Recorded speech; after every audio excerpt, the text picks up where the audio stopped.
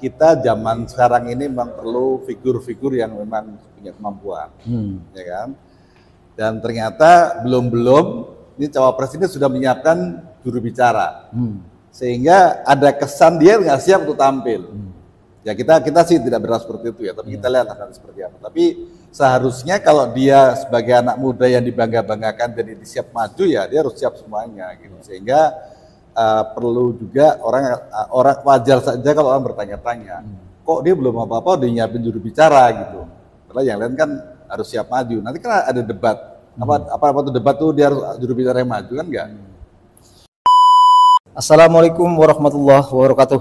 Waalaikumsalam. Selamat sore. Hari ini kita bincang kembali dengan WeWatch, di mana hari ini saya bersama Mas Heru Purwanto yang akan berbincang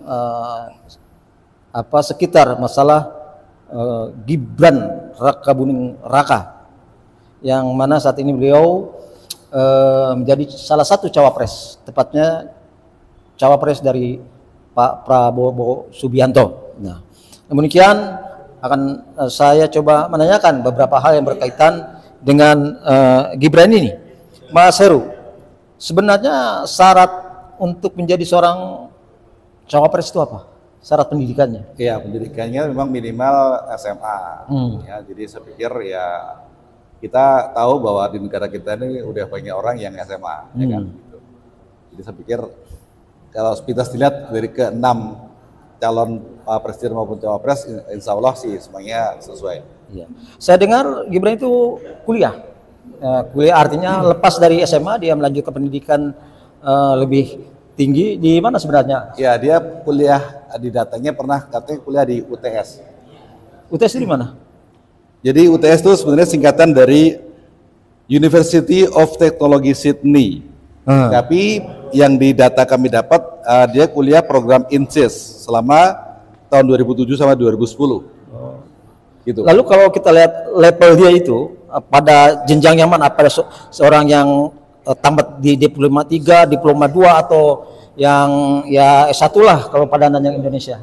Ya, jadi kalau dibandingkan Indonesia sebenarnya UTS Insert ini statusnya cuma D1. Karena mereka programnya 8 sampai 12 bulan. Jadi kalau 8 bulan ya selama ini cuma kursus kan gitu.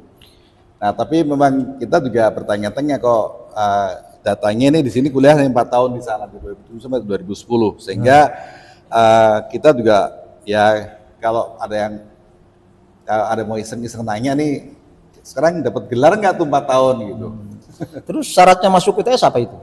Ya, jadi sebenarnya UTS Insert ini adalah syarat awal untuk lulusan SLTA ya seperti itu untuk kuliah di universitas.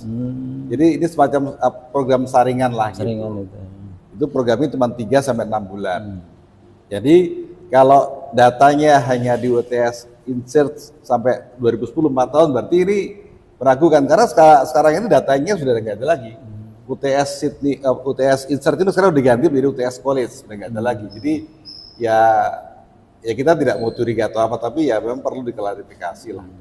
Nah, dengan pendidikan yang kita anggap cukup rendah semacam itu, sementara banyak ketua partai yang punya profesor, doktor dari berbagai ilmu, apakah kira-kira cukup dengan pendidikan itu untuk mengcover tanggung jawab seluruh Indonesia dari berbagai aspek lokal, aspek internasional, aspek-aspek lainnya yang saling kait-mengkait? Ya, jadi ini pertanyaan bagus ya.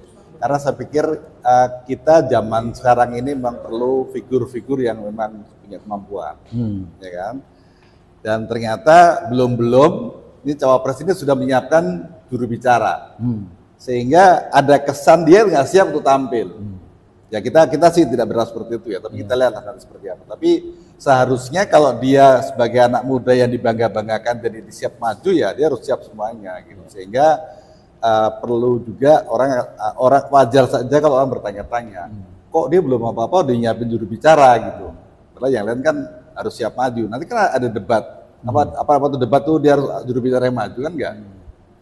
Ya, persoalannya sebenarnya kan bukan di sekedar seorang juru bicara, karena juru bicara bisa saja dalam menerjemahkan cara berpikir Mas Gibran atau bagaimana maunya bisa saja tidak tepat. Nah, yang saya tanyakan kemungkinan kedepannya selepas misal juru bicaranya tidak ada, apakah beliau mampu berkomunikasi dengan masyarakat atau dengan orang-orang di dewan atau di pemerintahan yang lainnya yang secara setara dan memahami apa maksudnya bernegara ini kemana arahnya? Ya, nanti waktu yang membuktikan.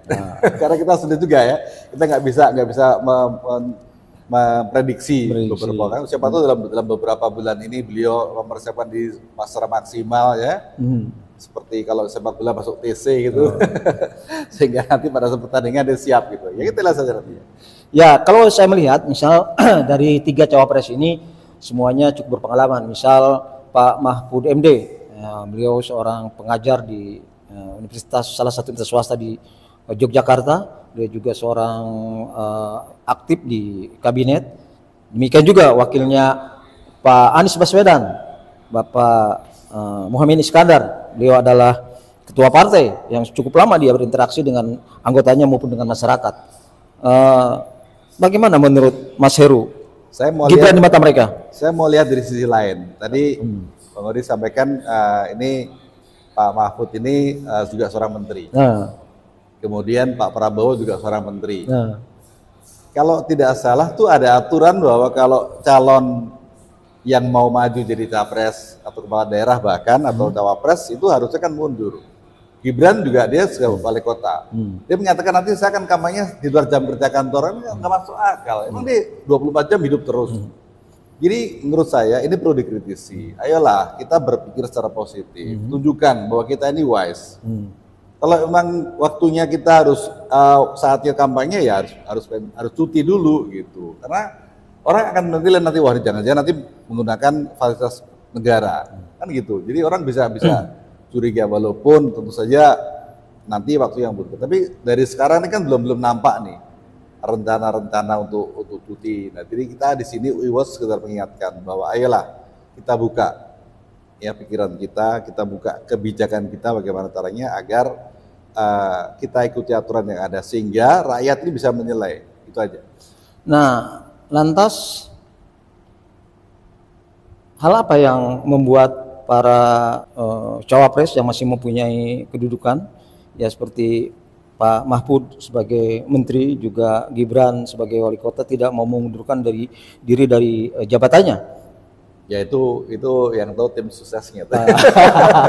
Tapi di sini kita UIWOT sekedar mengingatkan bahwa kita ini sayang sama semuanya, ya kan? Kan orang bisa menilai, ya kan? Perkara nanti mereka mau mendengarkan atau tidak, mau melaksanakan atau tidak itu hak mereka. Tapi intinya kita sebagai alumni UI yang melakukan monitoring ya situasi negara yang sedang tidak baik-baik saja ini, kita sekitar memberikan masukan, mengingatkan bahwa ayolah kita taat azas, gitu. Ya dan tentunya juga sebagai masyarakat yang katanya Indonesia negeri hukum, tentunya yang para ahli hukum yang mengerti hukum harus memberikan contoh kepada masyarakat bagaimana hukum ini bisa tegak, karena tanpa hukum negara ini jadi hukum rimba. Jadi tidak ada lagi apa yang harus diikuti. Jadi mau-maunya nafsu, mau-maunya dewek, sehingga tidak bisa menjadi contoh bagaimana hidup bernegara dengan baik dan mempunyai masa depan yang sehat dalam berdemokrasi di Indonesia, demokrasi Pancasila. Ya terima kasih Mas Heru. Nah, wawancara singkat ini semoga bermanfaat, memberikan pencerahan kepada masyarakat. Situasi terakhir ini berkaitan dengan pencalonan presiden dan wakil presiden. Terima kasih. Selamat sore. Ya, selamat sore. Assalamualaikum.